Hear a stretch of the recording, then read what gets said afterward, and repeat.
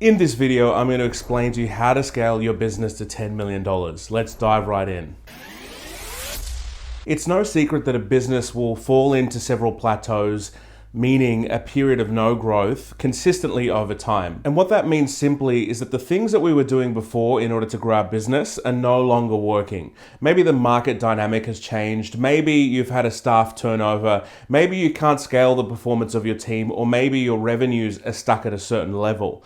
But all of these signs lead to the fact that businesses do plateau over time, and we need to change something in order to ensure the long-term sustainability and profit of the organization and to enable growth. Now, the first thing you need if you're going to scale your business to $10 million is a framework. And that simply means that we're going to make less mistakes along the journey. It means that we're going to follow a tried and proven path in order to be able to scale our business to the next level and overcome those plateaus that many business owners suffer from. In this video, I'm going to break down the 5-step framework that I've used to scale businesses to over $80 million in revenue. Now, I'm going to break this down for you very simply in this video. I often talk to business owners that seem to know what the problem is with their business. They seem to think that they have the right idea about scaling their business. And oftentimes I'll go into the organization, I'll have a look around, I'll lift up the bonnet of the car and have a look at the engine.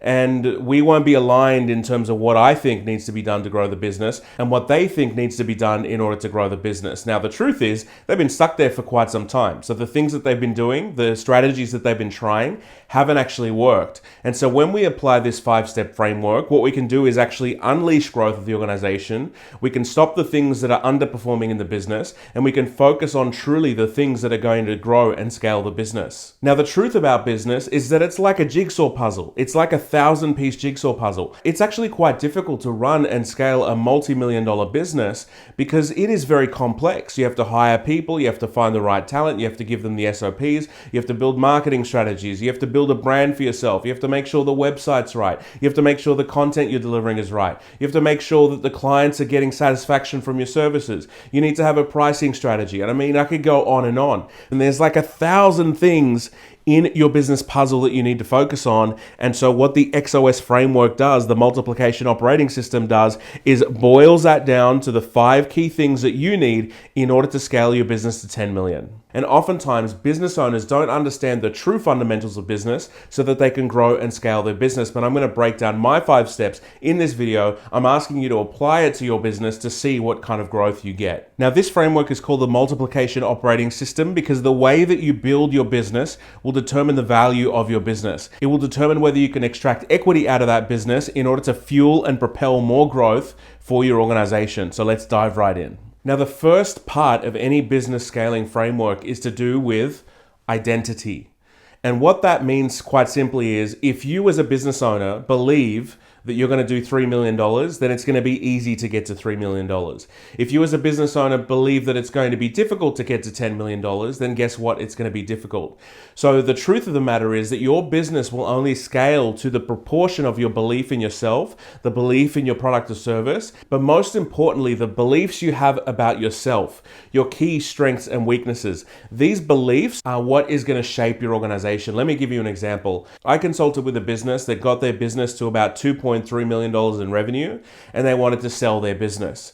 It was an IT professional services organization. They were completely burnt out by the business, and we ended up getting them a $2.3 million valuation, and they were able to sell their business for $2.3 million. Now, the truth of the matter is, I later worked with another IT professional services company that had similar amount of clients, had similar amounts of revenue, but their valuation was actually $11.5 million. Now, the difference between these businesses was to do with the beliefs that that first business owner had. That first business owner was taught by their father that you never run a business at a profit because you never want to pay the tax man.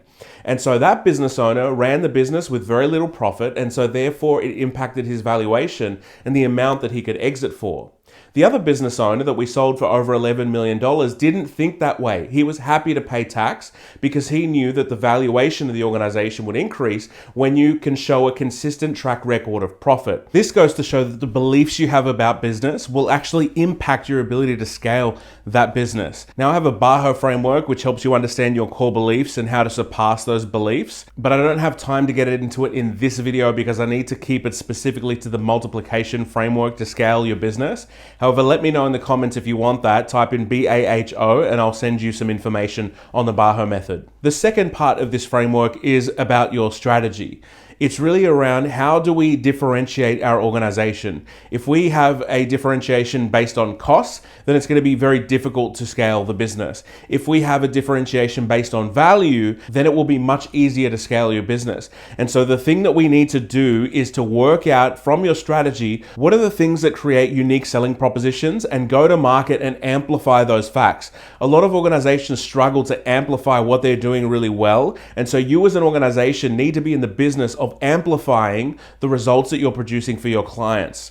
We need to have a clear picture of how you differentiate in the marketplace, because the bottom of the marketplace and the middle of the marketplace is absolutely crowded. And so what you want to do is create yourself a strategic positioning so that you can compete in a blue ocean versus a red ocean, if you've read that book. Now, your strategy and your market position are what's going to inform the way that you grow and scale your business. So we're going to get onto that in step 3.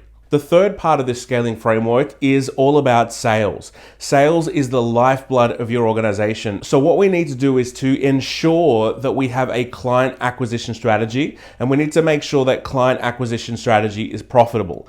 If we spend $300 to acquire a client, and we know that on the first transaction, that client will spend $500, and we know that on the second transaction, that client will spend $5,000, then we know we've made $200 of profit to acquire that client. And you need to be relentless about proving and demonstrating your client acquisition strategy so that it can be profitable, because that is the foundation of scaling your business to $10 million.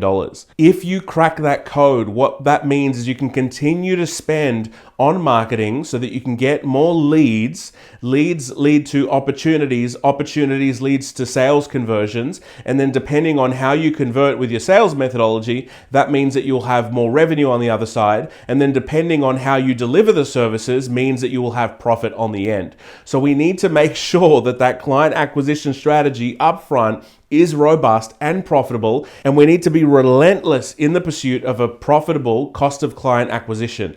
That is one of the foundational pillars of how to scale a business, is cracking that code. That's one of the first things I do when I go into an organization that wants to scale. We build a robust client acquisition strategy. I don't mean lead acquisition strategy. Anyone can generate leads. I'm talking about a holistic client acquisition strategy that we know what a client clicks on. We know what sales conversion happens to convert that sale. We know what our sales convert at, therefore we know what revenue we're going to produce, and we know how to deliver, and so we know what profit that's going to produce on the other end.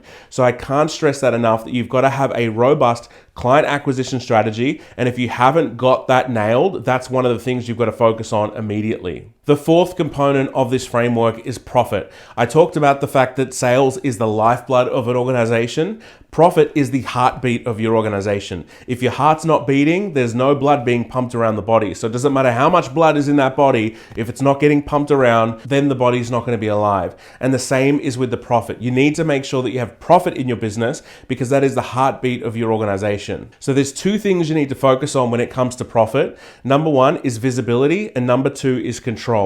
So when I talk about visibility, the first thing I want to understand with a business is what's our operating runway. Can we survive without any new changes or any new revenue for 2 months? Is it 6 months? Is it 1 year? Is it 10 years? Who knows? We need to understand our operating runway so it can determine what level we're able to innovate. If we've got 10 years of operating runway and we know that we've got time, we can develop a much more robust, rich strategy to propel and pivot the business towards future growth. Maybe we're going to tap into a new market that we haven't tapped into. Maybe we'll do a horizontal acquisition so that we can have more of the customer supply chain. There's a lot more things you can do when you have operating runway, but when you only have 3 months of operating runway, we've just got to get back to basics, and we've got to get back to sales. So your operating runway will determine how much creative flexibility you have and how much ability you have to innovate. If you've got great operating runway, then let's innovate. Let's do something that hasn't been done before. Let's build something completely unique for your marketplace in order to scale the business. However, if you don't have much operating runway, let's just get back to basics. Let's get back to selling. The other thing under visibility and control is you need to be able to forecast effectively. So you need to be able able to forecast 3 to 6 to 9 months in the future, even 2 years in the future, depending on how well you've set up the other components of the framework, like the client acquisition cost part, so that we know roughly what our business will be worth in 6 to 9 months. And that's really important because it means that we're applying business sophistication to the equation, and we know that now we're starting to run a really healthy, productive business. So if you don't do forecasting in your business, we need to get back to basics and start with a rudimentary forecast to ensure that we develop the disciplines required in order to get that business to $10 million. And the fifth part of the framework is about management. What management systems do we have in place in order to ensure that we reduce the amount of errors that our team creates in the business? I can't stress enough the importance of standard operating procedures. That is the guiding principle for how we actually lead, manage, and retain people. With a lack of standard operating procedures, it creates absolute confusion and chaos in the workplace. Mistakes are made, people don't know what they're supposed to be doing, and therefore that impacts our profitability as an organization because we don't have productive people. So if your person comes to you and you've already built a 5-step framework or SOP and they say, hey, I have an issue over here, you can go back to the SOP and say, hey, it looks like you missed step 4. What happened there? And they'll say, oh, sorry, I didn't review the standard operating procedure. And then you could say, well, make sure you do that. So instead of always training people and always fixing mistakes that come up again and again, we need to be able to lean back on standard operating procedures to free up your time to focus on high value activity that's going to move the needle in your business growth. So if you don't have management systems in place, you've got to put those management systems in place very quickly in order to make sure that we have a streamlined and profitable business that can continue to grow in leaps and bounds and you can get to that $10 million. All right, guys, that's all for today. Thank you so much for watching. Don't forget to like, share, and subscribe. And if there's something in this video that's pricked your interest, let me know what that is in the comment. Or if you have a question about something I've covered, let me know what that is in the comments and I can create another video to help support you along that journey. I've really enjoyed doing this for you. Thank you so much for watching. Again, don't forget to like, share, and subscribe. And without a scaling framework, problems are very hard to identify and mitigate in your growth journey of your business. Thank you so much for watching. I'll see you next time. I'm Oscar Chavez.